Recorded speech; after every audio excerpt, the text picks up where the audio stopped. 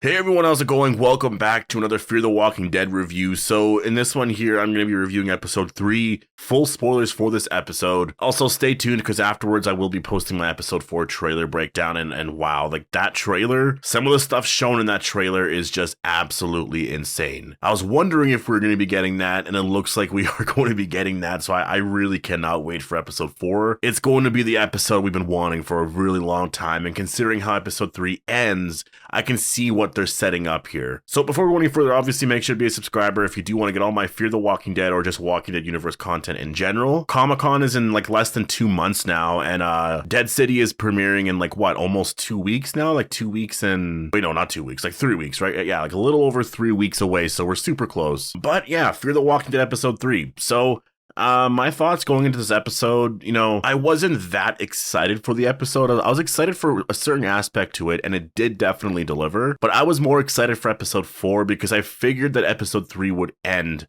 in this way, and it looks like what they set up for episode 4, based off of the ending to this anyways, it really does seem like we're going to be dealing with a lot of that stuff there with Morgan for the next little bit, and then coming together, because it does seem like they do want to, like, for sure, like, take down Padre. And yeah, in this episode, we got a full explanation, like a full backstory to what Padre is, who Padre is, and I have some thoughts on that. But let's start off with the beginning of the episode. So Madison, we see she's being used for this experiment. Obviously, that's sort of how episode 2 ended. They know somehow that Alicia survived her bite. And that's the one thing that I will say that really makes no sense with the overall story. I feel like with a lot of these characters is that like everyone knows of each other. Everyone's keeping records on each other. Like, it's just a really weird thing to do in general. Like, maybe I'm forgetting something, but I don't know how they came across Alicia. Like, I don't think they ever did. So how do they know that she survived her bite? Like, I'm just a little confused on a lot of that. But that's why they kept Madison, and that's why Madison was so important to Padre is, well, they thought that maybe it was genetic or something like that, and they never got to really test it out, obviously. They did mention that the boy seems to be responding to the radiation, and it hasn't even been a week yet, so we'll have to see, but it seems like he'll be fine, I guess, is sort of the explanation as of now, so I'm guessing Finch is probably fine. Like, it is hard to say because he does kind of seem fine right now, right? So we'll have to wait and see if it actually overall does work, but it seems like this radiation cure that they've discovered, for treating walker bites, it might actually work, which is kind of the crazy thing. Like, it actually might be something that does work. So the one thing that we do learn early on is that Padre is Shrike's father, and that she does have a brother named Crane. Padre is also like this military unit, it seems like, sort of in general, that has built this safe zone on this island, or at least their father did with the help of a bunch of soldiers and stuff, and they like sending out shipping containers full of supplies to help others rebuild the world. And there was some mention of Atlanta early on, which was kind of cool. There was also some mention of like the senator. I can't remember exactly what the senator's name was, but they mentioned the senator's name in the season 6 finale, or at some point later on in season 6, because that was the bunker that Teddy was keeping for himself, or not for himself, but for his group, and that's where Alicia was staying and stuff. It was under the hotel in season 6, so it was kind of cool to see how everything connects in this general area here. I mean, a really crazy scene. I mean, within the first 5 to 10 minutes, like, we learn all of these details, and again, this episode really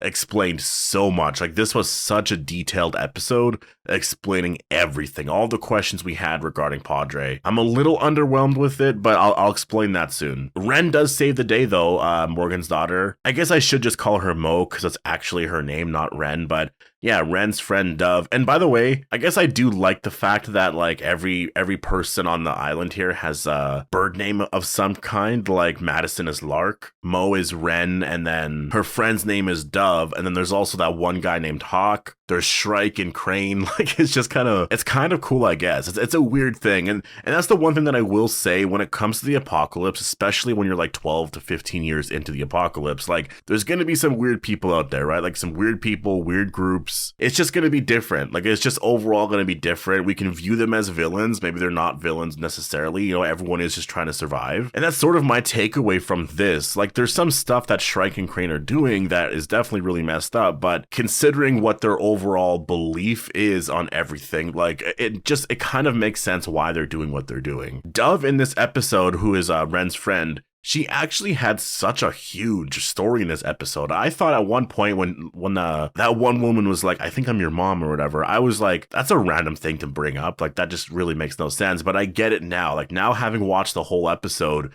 it actually does make a lot of sense. The acting in general, I think in this episode was for some reason a little cringy. I don't know if it was just the way the episode was shot or if it was just some things that were said, but there were some scenes where I just really felt like this is kind of badly done. I don't know what it was. I just wasn't a fan of a couple of the scenes. It just really felt like the tension there was more awkward instead of being really like tense, you know, because like they were held at gunpoint, and I kept thinking like this should be really intense right now, but for me it just kind of felt awkward. And I don't know if that's just me. It literally could just be me. But Daniel and Madison's reunion was so awesome though. Like I actually seeing them together, man, I love Daniel as a character. He seems to be kind of fine. Like I know he was having some issues with stuff, you know, years ago, but we do see him drinking that tea or whatever that was, and he has this thing where, you know, it keeps your mind sharp or whatever. So I wonder if that's sort of the explanation. Like it's literally just like that. Like I think it's a little ridiculous, but like if that's the explanation, then like I guess so. Like I'm fine with it. I'm also a little confused with Charlie because I thought that we were gonna get that explanation here in this episode, but it seems like Charlie could still be alive. He also mentioned Luciana as well, that she was gone, and I think Daniel is just assuming that Luciana's dead as well, but there's no way she's dead, so I'm a little confused on that now, because I'm thinking maybe Charlie is actually alive. I think that'd be really shocking, but maybe. The other awkward scene that I thought was, awkward was when that guy Hawk had them at gunpoint, and I don't know, again, it could just be me, but it seemed like a lot of the moments that were supposed to be really, really intense, just like it never got to that. I really saw the acting in that scene or in those scenes, and I really felt like the dialogue was just being said a certain way, and I don't know what it was. It just really stood out to me. We do actually see Finch, and I mentioned that in the beginning of the video. Like, he does seem overall fine, and I hope that he is, because I really like the idea of, like, right now we're sort of starting the next generation of the Walking Dead, because I could honestly see all of these characters like in 10-20 years on the show's timeline meeting up. Like imagine, like I don't know if Daryl's ever gonna have a kid, but if he does, you know, Daryl's kid running into like Dwight's kid. You know what I mean? Like stuff like that I think would be really cool. Now Madison does take Shrike hostage, and she wants Padre to come out, and we do learn pretty fast that her father was dead. And I kind of guessed this right away, like just based off of the stuff that wasn't said. You know, like there was a line earlier where they mentioned like, well, why are you here? Like you're a hypocrite. Like your father still keeps his kids around, but like you won't let the other kids have parents and stuff like that. And I immediately caught on to that. I was like, well, I know exactly where they're going. But like the father died, I guess, which means that the brother must be behind the glass. Like that's exactly what I thought. And then we get that explanation right away. We do see that Crane is actually behind the glass, and we do see the father's overall like death scene and stuff. Like all that stuff was, I'll talk about that in a second, but I will say I actually really enjoyed the scene. I really enjoyed learning all of these details. It was really nice to actually get a full explanation on everything, because I really feel like with a lot of these shows, they make us wait for like forever just to learn anything. And at this point, I'm like, just explain everything to me right away. Like I just want to know what Padre is. I really want to know a lot more, considering that this is the final season too. Like we should get that explanation really fast.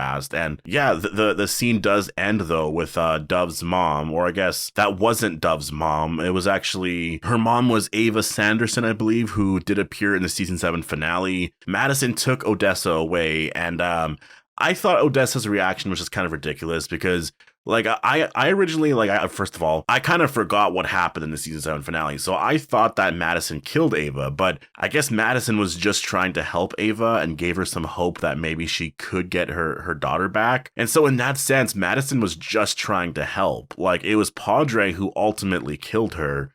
So it just really made no sense at all that Odessa would be that upset about it. Like Madison really tried to help her mom save Odessa. So yeah, I mean, obviously Ava died, but that wasn't Madison's fault really. So I think the fact that she's upset about that is just a little ridiculous. It's kind of annoying, but yeah, we'll see where that goes. Madison did ask about Nick and Alicia, and I liked the explanation there. Like June was like, you would never recognize them. And that's, you know, obviously that's good in some ways because they're taking care of themselves, but also, you know, what does that even mean? For Madison, she was probably really worried about that. And it does suck because, like, for Nick, yeah, I mean, it does suck that he died. Like, honestly, just as a character on the show in general, it really does kind of suck, even though the actor did want off the show, so that there's nothing they could really do with that. But it's nice to know that Alicia is still alive and is still out there. Like, I really do want that Alicia and Madison reunion, like, for sure. it does need to happen. I don't know if it's going to happen on the show. There's a part of me that thinks that they're probably not going to go there. Yeah, we'll have to wait and see what happens with that. This episode sort of ends on a cliffhanger that there's like thousands of walkers on this ship. Daniel, Madison, and June, everyone's all together. Like Ren, everyone there, they're all together and they're all going to fight Padre now, right? And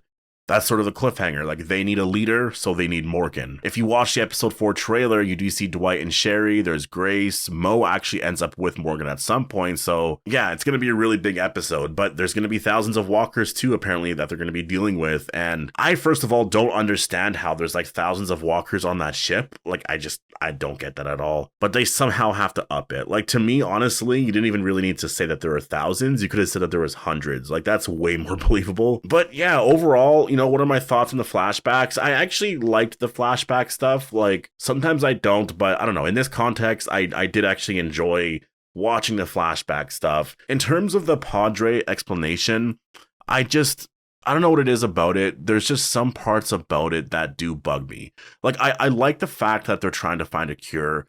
I like the fact that Padre is sort of doing what they're doing because it does create an interesting new villain type that we've just never really had before. Like, I like those aspects to it, but knowing that Padre is just literally two people and there's no explanation, there's no connection at all, I guess I should be saying, to like the CRM or to something more sinister or evil, it does feel a lot more underwhelming because of what they were setting up in season 7, right? That's the thing. Like, they were making it seem like it was this big US military thing, which you could argue it technically still is, but it seemed like there was just like bigger connections, especially considering when at the same exact time, you literally have The Walking Dead exploring the Commonwealth. There's some connection there with, people that they know with the CRM. There's stuff happening in France, and everyone's sort of putting the pieces together. Like, there's something really big here, and considering that this is the final season, maybe there's some connection with Padre and some of these other bigger aspects of the Walking Dead universe, but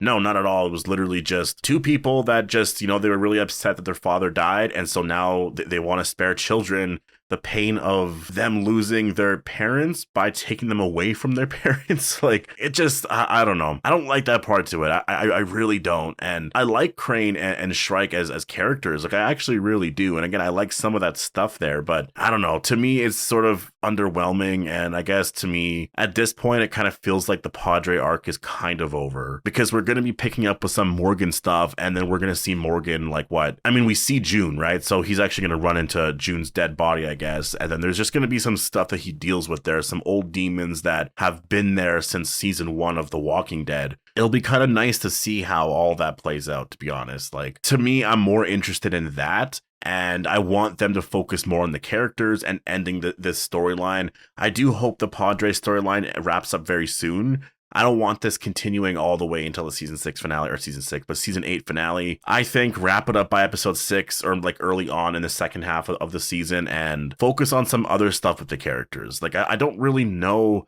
what their overall, like, that's the thing with Fear the Walking Dead. If you look at the story overall, it really does feel like they're just moving from place to place and there's no overall story here. Like, there's not really a consistent storyline or a consistent theme to Fear the Walking Dead from season 1 until season 8.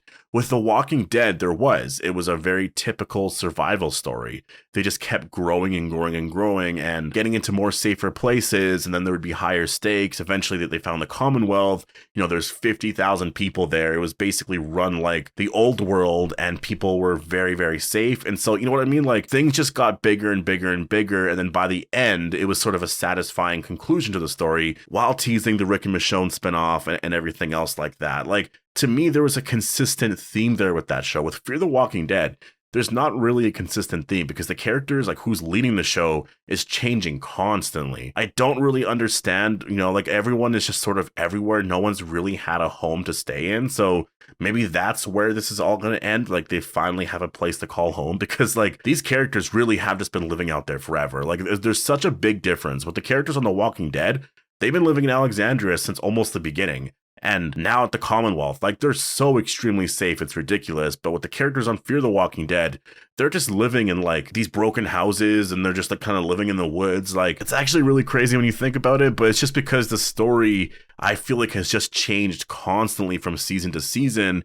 based off of fan reaction or something like that. I don't know. But I did enjoy the episode. I would say that this episode was probably the weaker of the three. I do think I preferred number 2 a lot more than this one. And I also preferred the premiere over this one. But what I did like about episode 3 is that we finally got some explanation behind everything, and episode 4 looks so good. So I'm really hyped for that. I think we can all agree episode 4 seems to be, or it looks like it's going to be the best one of the season so far. So yeah. Anyway, stay tuned for my trailer breakdown for that. Hope you guys all enjoyed the video, and I'll see you guys in the next one.